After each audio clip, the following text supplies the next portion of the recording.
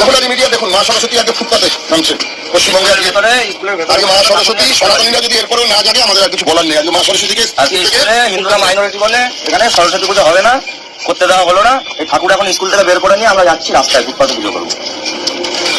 বাংলার উন্নয়ন করিবি বরণ, আহা করিবি বরণ। এটাই বাংলার উন্নয়ন, এটাই বাংলার ছবি, এটাই বাংলার সংস্কৃতি। আমরা যখন স্কুলে পড়তাম তখন সরস্বতী পূজা ছিল আমাদের কাছে একটা আবেগ, ভালোবাসা। মায়ের কাছে পুষ্পাঞ্জলি দেওয়া, মায়ের কাছে বই জমা দেওয়া, ছোট ছোট বাচ্চাদের বাগদেবীর কাছে হাতে খড়ি দেওয়া, এগুলো ছিল আমাদের কাছে একটা আবেগ, ভালোবাসা। এবং আমরা অপেক্ষা করতাম একটা বছর এই বাগদেবীর আরাধনা করার জন্য।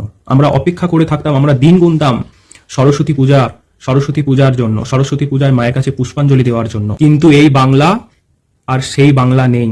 এই বাংলার অনেক পরিবর্তন হয়েছে, অনেক উন্নয়ন হয়েছে।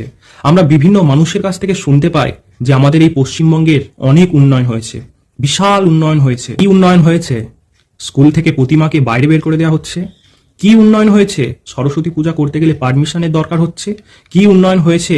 যে স্কুলের ছোট ছোট ছাত্রছাত্রীরা তারা সরস্বতী পূজা করতে পারছে না, বাধা দেওয়া হচ্ছে। কি উন্নয়ন হয়েছে? যে স্কুল থেকে সরস্বতী প্রতিমাকে বাইরে বের করে দেওয়া হচ্ছে, বাইরে পুজো করার কথা বলা হচ্ছে। তাহলে কি এটাই বাংলার উন্নয়ন? প্রশ্ন, এই পশ্চিমবঙ্গবাসীর কাছে আমার প্রশ্ন, এটাই হচ্ছে আমাদের বাংলার উন্নয়ন?